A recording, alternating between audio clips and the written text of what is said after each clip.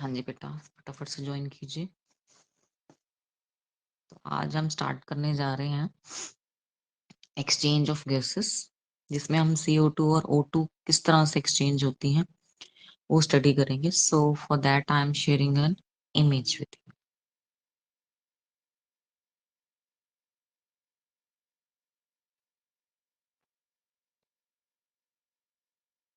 Yes, transport of gases.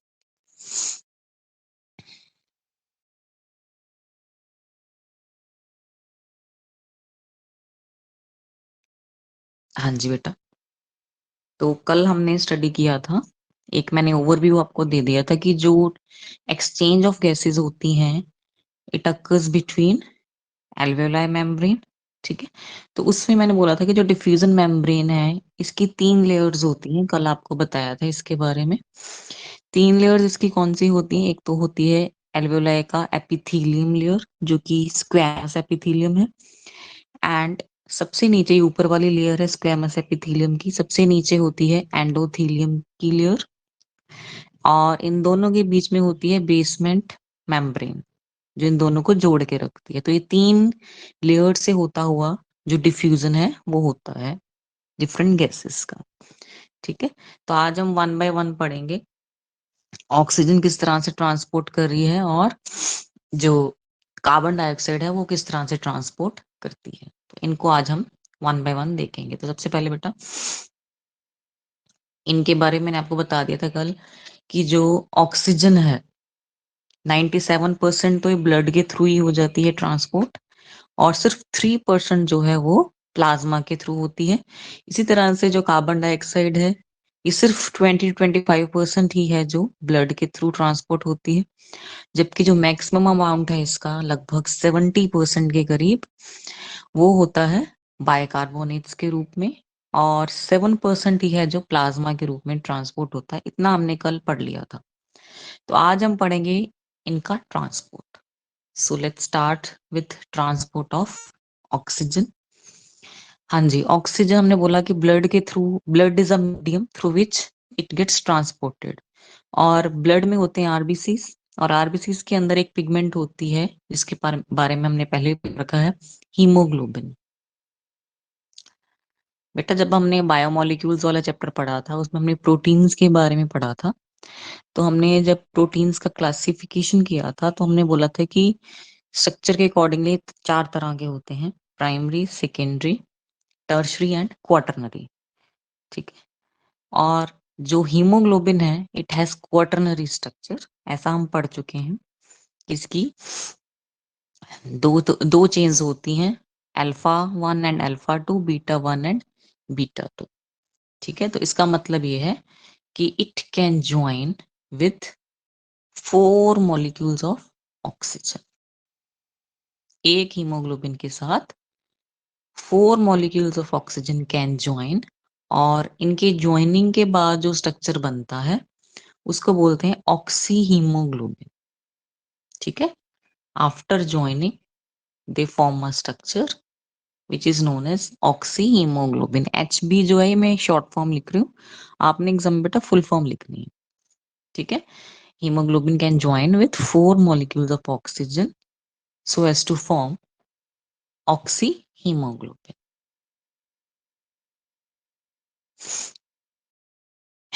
हाँ जी, अब जो इनका बाइंडिंग है ऑक्सीजन का ये किस चीज पे डिपेंडेंट है? 4 फैक्टर्स के ऊपर डिपेंडेंट है, कल भी शायद मैंने आपको बताए थे। तो हम देखते हैं कौन कौन से हैं 4 फैक्टर्स। कल मैंने बेटा आपको पार्शियल प्रेशर के बारे में बताया था कि पार्शियल प्रेशर क्या होता है, एक इंडिविजुअल गैस का pressure in a mixture of gases. ठीक है, तो जो इनका बाइंडिंग है ऑक्सीजन का हीमोग्लोबिन के साथ, ये 4 चीजों के ऊपर डिपेंडेंट है। कौन कौन सी? First is partial pressure of oxygen, oxygen का कितना प्रेशर है एयर के मिक्सचर में। दूसरी चीज partial pressure of carbon dioxide, carbon dioxide का कितना प्रेशर है इन अ मिक्सचर ऑफ गैसेस, उस चीज को कहते हैं partial pressure. Third is hydrogen ion concentration कितना है, और जो फोर्थ फैक्टर है बेटा वो है टेम्परेचर। टेम्परेचर, ये 4 फैक्टर्स हैं जो डिटरमिन करते हैं binding of oxygen with the hemoglobin. और अ, जो ऑक्सीजन का बाइंडिंग है हीमोग्लोबिन के साथ, अगर हम इसका ग्राफिकल रिप्रेजेंटेशन देखें तो एक ग्राफ की फॉर्म में एक सिग्मोइड कर्व बनाता है, वो भी मैं आपको बाद में दिखाऊंगी। एस शेप्ड कर्व बनता है, ऑक्सीजन डिसोसिएशन कर्व जिसको कहते हैं। ठीक है, तो अब हम इन 4 फैक्टर्स का क्या आउटपुट है वो देखेंगे एल्वेलाई के अंदर भी और टिश्यूज के अंदर भी। तो सबसे पहले बेटा स्टडी करते हैं एल्वेलाई के अंदर। What happens in alveoli? Alveoli के अंदर जो पार्शियल प्रेशर ऑफ ऑक्सीजन है इट इज ऑलवेज हाई। ठीक है, लंग्स है, लंग्स के अंदर तो ऑक्सीजन ज्यादा है। और जो partial pressure of carbon dioxide है it is low. Hydrogen ion concentration भी लो होता है और टेम्परेचर भी लो होता है। तो आपने एक चीज माइंड में रखनी है, एल्वेलाई के अंदर सिर्फ पार्शियल प्रेशर ऑफ ऑक्सीजन है यही हाई रहता है, बाकी सारे के सारे फैक्टर्स लो रहते हैं। और जब भी ऐसी कंडीशन होती है तो ऐसी कंडीशन क्या चीज करती है, it helps in the formation of oxyhaemoglobin. ठीक है, इस तरह की कंडीशन हमेशा ऑक्सी हीमोग्लोबिन की फॉर्मेशन में हेल्प करेगी। एक बार फिर से बता रहे हैं, एल्वेलाई के अंदर जो पार्शियल प्रेशर ऑफ ऑक्सीजन है it is higher than the partial pressure of carbon dioxide, hydrogen ion concentration at temperature. Temperature भी लो कंडीशंस में रहता है। अब हम देखते हैं कि जो टिश्यूज हैं, टिश्यूज के अंदर क्या कंडीशंस होती हैं। टिश्यूज के अंदर स्टडी करते हैं। टिश्यूज के अंदर बेटा सारी कंडीशंस ऑपोजिट हो जाएंगी जो कि एल्वेलाई के अंदर थी। एल्वेलाई के अंदर हमने पढ़ा था कि partial pressure of oxygen is more, लेकिन टिश्यूज के अंदर ऑपोजिट है, तो partial pressure of oxygen is lower in tissues और बाकी सारी चीजें हो जाएंगी high. Partial pressure of carbon dioxide is high, hydrogen ion concentration is high and temperature is also high. तो ऐसा कंडीशन होता है टिश्यूज के अंदर। और जब भी ऐसा कंडीशन हो, जब पार्शियल प्रेशर ऑफ ऑक्सीजन कम हो, तो ये चीज क्या करवाती है, ऐसी condition they lead to the dissociation of oxyhaemoglobin. ठीक है, तो जो ऑक्सी हीमोग्लोबिन बना हुआ होता है उसका ये डिसोसिएशन करवा देते हैं। टिश्यूज के अंदर ऑक्सी हीमोग्लोबिन डिसोसिएट हो जाएगा, जिसकी वजह से haemoglobin will separate from the molecules of oxygen.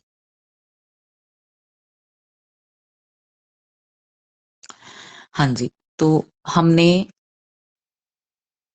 अभी तक पढ़ा एल्वेलाई के अंदर ऑक्सी हीमोग्लोबिन बन रहा है और टिश्यूज के अंदर जो ऑक्सी हीमोग्लोबिन है इसका डिसोसिएशन हो रहा है।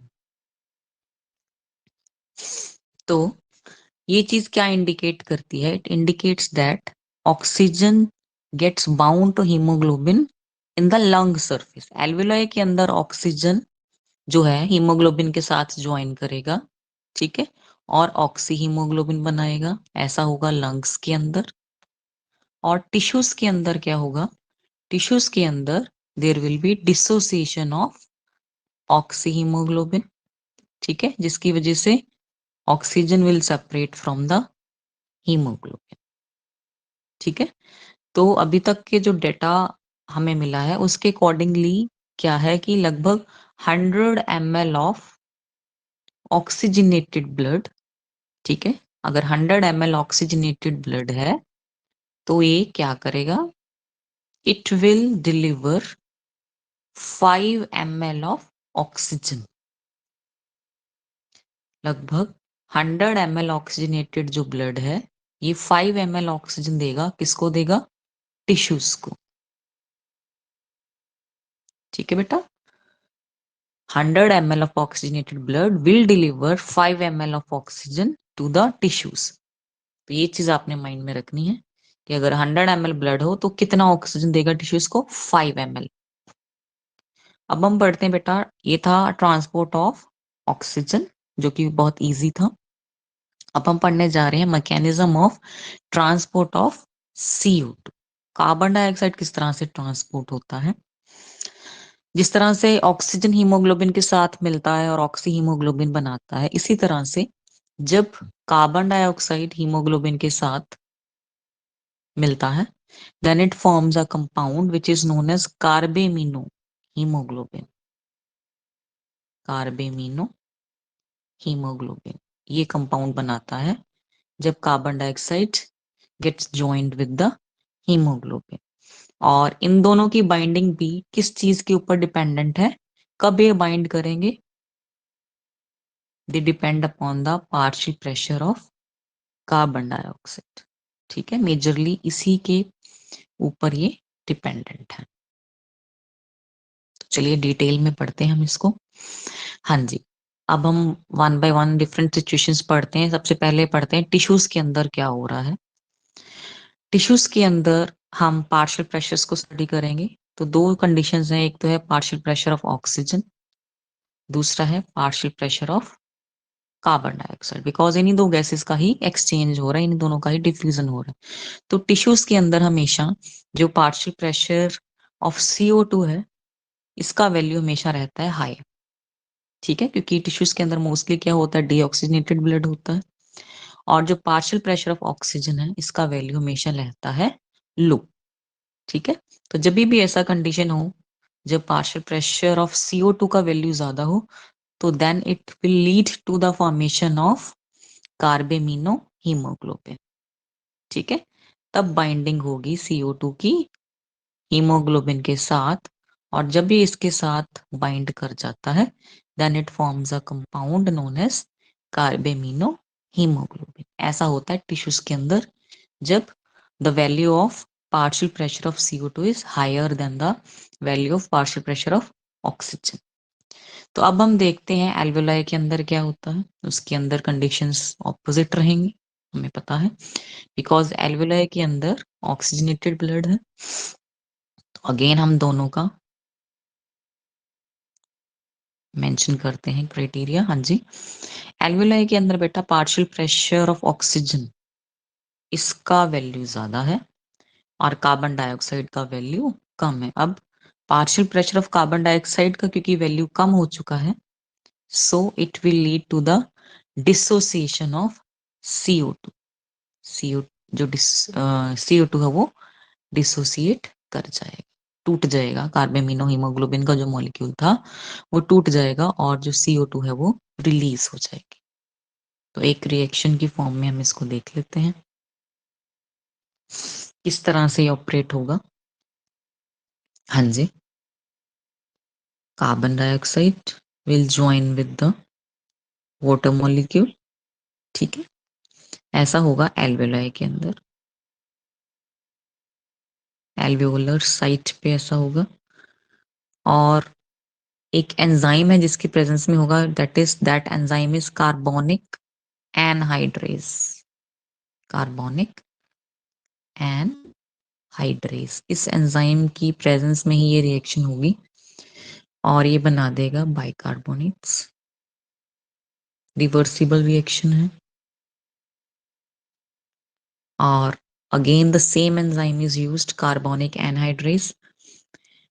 तो ये इसको डिसोसिएट करके आयनिक फॉर्म्स में चेंज कर देगा टिश्यूज के अंदर। ये हो गया, और प्रोटॉन्स रिलीज हो जाएंगे। ठीक है, तो हाँ जी, टिश्यू साइट पे ये सारा कुछ होगा। ये जो रिएक्शन है ये टिश्यू साइट पे होगी, बिकॉज वहां पे जो partial pressure of carbon dioxide है वो ज्यादा है। ठीक है, तो वहां पे ऐसा होगा। और एल्वेलाई साइट पे पार्शियल प्रेशर ऑफ ऑक्सीजन ज्यादा है। ठीक है, इसीलिए वहां पे कार्बन डाइऑक्साइड और जो वाटर है वो बनेंगे। तो अब हम देखते हैं इनका क्या है। अगर 100 ml ऑफ डीऑक्सीजनेटेड ब्लड हो, if there is 100 ml of deoxygenated blood, तो कितना कार्बन डाइऑक्साइड देता है? It will deliver 4 ml of CO2। ठीक है, और किसको देगा? It will deliver it to the alveoli, ताकि इसका प्यूरिफिकेशन हो सके, एक्सचेंज हो सके। ठीक है, 100 ml of blood will deliver कौन सा blood? Deoxygenated blood. 100 ml of deoxygenated blood will deliver 4 ml of carbon dioxide to the alveoli. तो ये दोनों का आपने याद रखना बेटा, 1 मार्क में आ जाता है कि ऑक्सीजनेटेड ब्लड टिश्यूज में कितना जाता है। अगर 100 ml ऑक्सीजनेटेड ब्लड है तो टिश्यूज में कितना जाएगा, 5 ml। और अगर 100 ml डी ऑक्सीजनेटेड ब्लड है तो एल्वेलाई में कितना जाएगा, सिर्फ 4 ml तक जाएगा। ठीक है। और जब हमने ऑक्सीजन का पढ़ा था, ऑक्सीजन डिसोसिएशन कर्व, तो मैंने आपको एक इमेज दिखानी है जहां पे आपको ग्राफ दिख जाएगा। तो अभी हम वो ग्राफ देखने जा रहे हैं। हाँ जी, this is oxygen dissociation curve. ठीक है।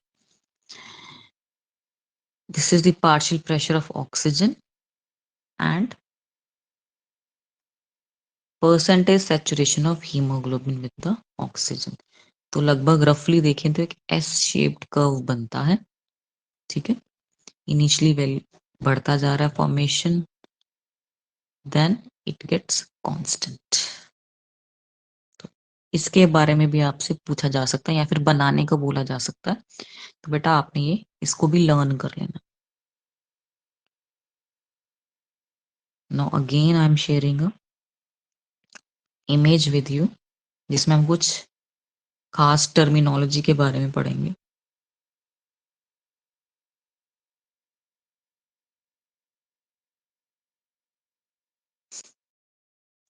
तो मैं आपके साथ एक इमेज शेयर कर रही हूँ।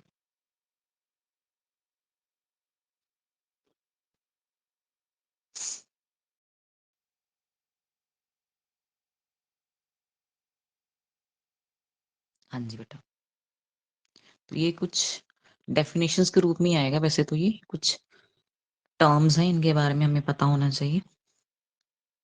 हाँ जी, सबसे पहला टर्म आ रहा है बेटा टाइडल वॉल्यूम, टीवी। ये इसका एब्रीवेटेड फॉर्म है। इसकी इनकी एब्रीवेशंस भी आपसे पूछ सकते हैं। ठीक है। तो मोस्टली तो इनकी एब्रीवेशंस ही पूछते हैं। TV means tidal volume. क्या होता है ये, it is the volume of air inspired, कितनी एयर इनहेल हुई है, और एक्सपायर्ड, कितनी एयर एक्सहेल हुई है एक नॉर्मल रेस्पिरेशन के दौरान। ठीक है बेटा, वॉल्यूम ऑफ एयर इंस्पायर्ड और expired during a normal respiration is known as tidal volume. और एक हेल्दी इंडिविजुअल के अंदर इसका वैल्यू होता है 500 ml। This is it's value in a healthy individual. Tidal volume कितना हमने एयर को इंस्पायर किया या फिर एक्सपायर किया। नेक्स्ट है IRV। तो इसका फुल फॉर्म क्या रहेगा, inspiratory reserve volume.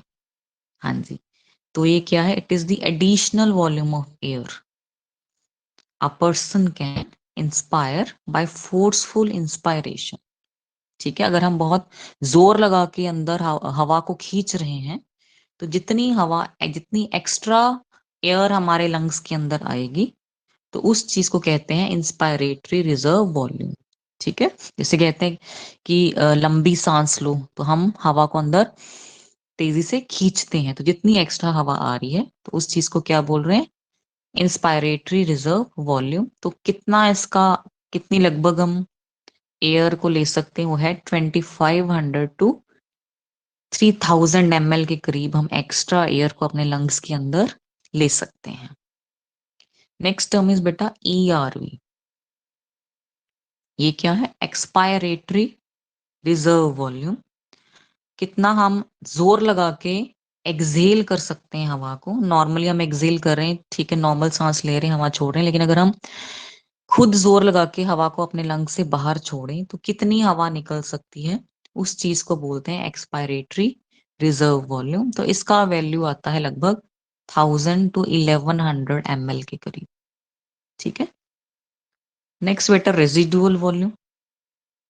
Residual volume क्या चीज है, it is the volume of air remaining in the lungs even after possible expiration. बहुत जोर लगा के हम अपने लंग से हवा को बाहर निकाल रहे हैं, लेकिन फिर भी कुछ हिस्सा हवा का लंग्स के अंदर रहता ही रहता है।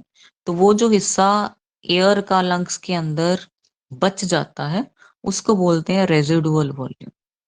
ठीक है। जोर लगा के हम हवा को एक्सेल कर रहे हैं, फिर भी कुछ हवा लंग्स के अंदर बच जाती है, that is known as residual volume. तो अभी तक हमने ये 4 टर्म्स पढ़ी हैं, एक बार फिर से देख लेते हैं। टाइडल वॉल्यूम, नॉर्मली कितनी एयर इनहेल कर रहे हैं, एक्सेल कर रहे हैं, उसको कहते हैं टाइडल वॉल्यूम। एक हेल्दी इंडिविजुअल के अंदर इसका वैल्यू रहता है 500 ml। आईआरवी क्या है? Inspiratory reserve volume. बहुत जोर लगा के हम इनहेल कर रहे हैं तो कितनी हवा अंदर इनहेल कर सकते हैं, उसका मैक्सिमम वैल्यू हो सकता है 2500 टू 3000 ml के करीब। इसके बाद है एक्सपायरेटरी रिजर्व वॉल्यूम, जोर लगा के कितना हम एक्सेल कर रहे हैं तो उसको कहते हैं एक्सपायरेटरी रिजर्व वॉल्यूम। इसका जो वैल्यू है 1000 टू 1100 ml के करीब आता है। और लास्ट टर्म बेटा हमने पढ़ी थी रेजिडुअल वॉल्यूम। बहुत जोर लगाने से जो हम एक्सेल कर रहे हैं, हवा को निकाल रहे हैं, लेकिन फिर भी कुछ हिस्सा हवा का लंग्स में रह जाता है, तो उसको कहते हैं रेजिडुअल वॉल्यूम। ठीक है, चलिए नेक्स्ट कुछ और टर्म्स भी है, वो भी मैं आपके साथ शेयर करती हूँ, उनको भी हम पढ़ लेते हैं, क्योंकि या तो इनकी डेफिनेशन आएगी या फिर इनकी फुल फॉर्म्स आ जाएंगी, तो फुल फॉर्म जरूर ध्यान से आपने पढ़नी है।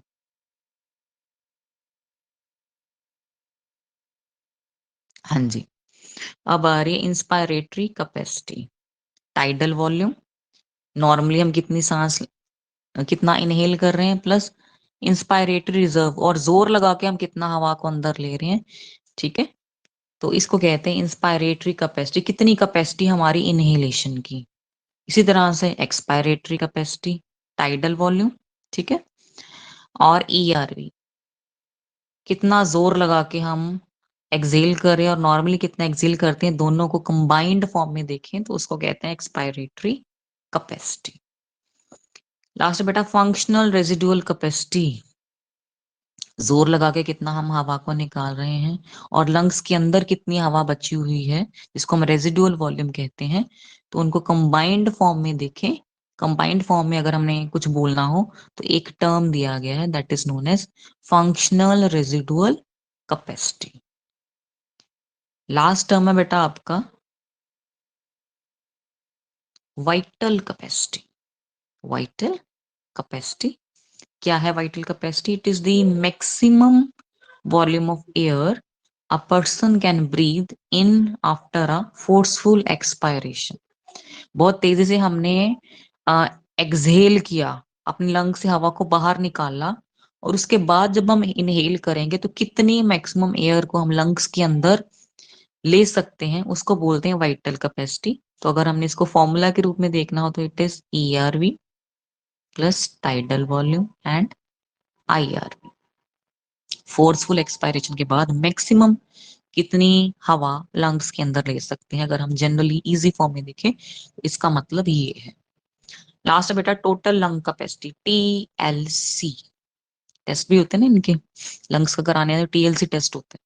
Total lung capacity, total lung capacity क्या है? It is the total volume of air which is accommodated in lungs at the end of forced inspiration। बहुत तेजी से हमने इनहेल किया और उसके बाद कितना एयर हमारे लंग्स के अंदर प्रेजेंट है, उस पूरे एयर को के टोटल को हम कहते हैं total lung capacity.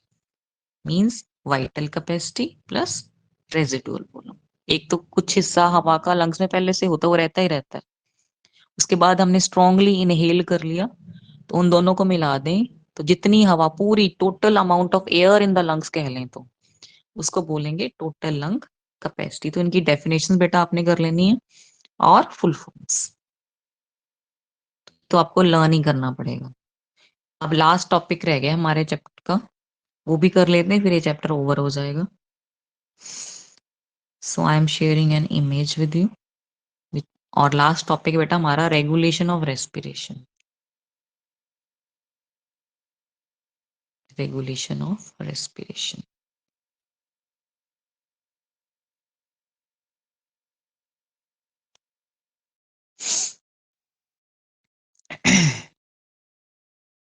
Just a minute. हाँ जी, रेगुलेशन ऑफ रेस्पिरेशन। जितना भी प्रोसेस है हमारी बॉडी का, हमें पता है एक मास्टर ऑर्गन है जो बाकी सारे ऑर्गन्स की एक्टिविटीज को कंट्रोल करता है वो है ब्रेन। ठीक है, तो जो रेस्पिरेशन का प्रोसेस है, लंग्स की एक्टिविटी को भी कौन कंट्रोल कर रहा है? हमारा ब्रेन ही कर रहा है। It is regulated by the neural system. तो एक स्पेशल सेंटर होता है बेटा मेडुला रीजन में, ब्रेन के मेडुला रीजन पे एक स्पेशल सेंटर है जिसको नाम दिया गया है respiratory rhythm centre. Respiratory centre जो कि हमारे ब्रेन के मेडुला रीजन में प्रेजेंट है। ये रेस्पिरेशन की एक्टिविटीज को कंट्रोल करता है। ये चीज आपने इसका नाम जरूर याद रखना है, कौन है? रेस्पिरेटरी रिदम सेंटर है। कहाँ प्रेजेंट है? It is present in the medulla reason. एक और सेंटर है जो कि पॉन्स रीजन में प्रेजेंट होता है, ब्रेन के पॉन्स रीजन में प्रेजेंट होता है। उसका नाम है न्यूमोटेक्सिक सेंटर। न्यूमाटेक्सिक सेंटर। न्यूमाटेक्सिक सेंटर जो कि पॉन्स रीजन में प्रेजेंट है। रेस्पिरेशन को कंट्रोल कर रहा है रेस्पिरेटरी रिदम सेंटर जो कि मेडुलम में प्रेजेंट है। लेकिन जो न्यूमाटेक्सिक सेंटर है ये रेस्पिरेटरी रिदम सेंटर को कंट्रोल करता है। ठीक है, न्यूमाटेक्सिक सेंटर का क्या फंक्शन है? It controls the activity of respiratory rhythm centre. तो अगर हम मास्टर सेंटर बोलें तो वो कौन है? न्यूमाटेक्सिक सेंटर है, क्योंकि ये फर्दर किसको कंट्रोल कर रहा है? रेस्पिरेटरी रिदम सेंटर को ये कंट्रोल कर रहा है। अब क्या होता है, एक न्यूरल सिग्नल प्रोड्यूस होता है। वो न्यूरल सिग्नल क्या करेगा? It will help in the reduction, it will reduce the duration of inspiration. A neural signal is produced by the brain और क्या करेगा ये? इंस्पायरेशन का जो ड्यूरेशन है उसको कम कर देगा। मतलब तेज रेस्पिरेटरी जो रेट है उसको इंक्रीज कर देगा। It will increase the rate of respiration. एक और एरिया है बेटा जिसको कहते हैं which is a chemo sensitive area. Chemo का मतलब होता है केमिकल्स और साथ में टर्म लगा है सेंसिटिव। साथ में क्या टर्म है? Sensitive. It means this area is sensitive towards the chemicals. Chemosensitive area, ये एरिया प्रेजेंट होता है, it is present adjacent to the rhythm centre. Respiratory rhythm centre के साथ ही प्रेजेंट होता है ये। और ये किस किस के प्रति सेंसिटिव है? It is sensitive towards hydrogen ion concentration and towards the concentration of carbon dioxide. इन दोनों के प्रति ये सेंसिटिव है। कुछ भी चेंज आता है इन दोनों के वैल्यू में तो फटाफट से सिग्नल भेजता है। किसको? रेस्पिरेटरी रिदम सेंटर को ये सिग्नल भेजता है। हाँ जी, तो जो रिसेप्टर्स होते हैं ये क्या करते हैं? कीमोसेंसिटिव एरिया के ऊपर जो रिसेप्टर्स हैं they recognise any change in carbon dioxide and hydrogen ion concentration. जब भी इसको चेंजेस दिखते हैं तो ये क्या करेगा? It will send a signal.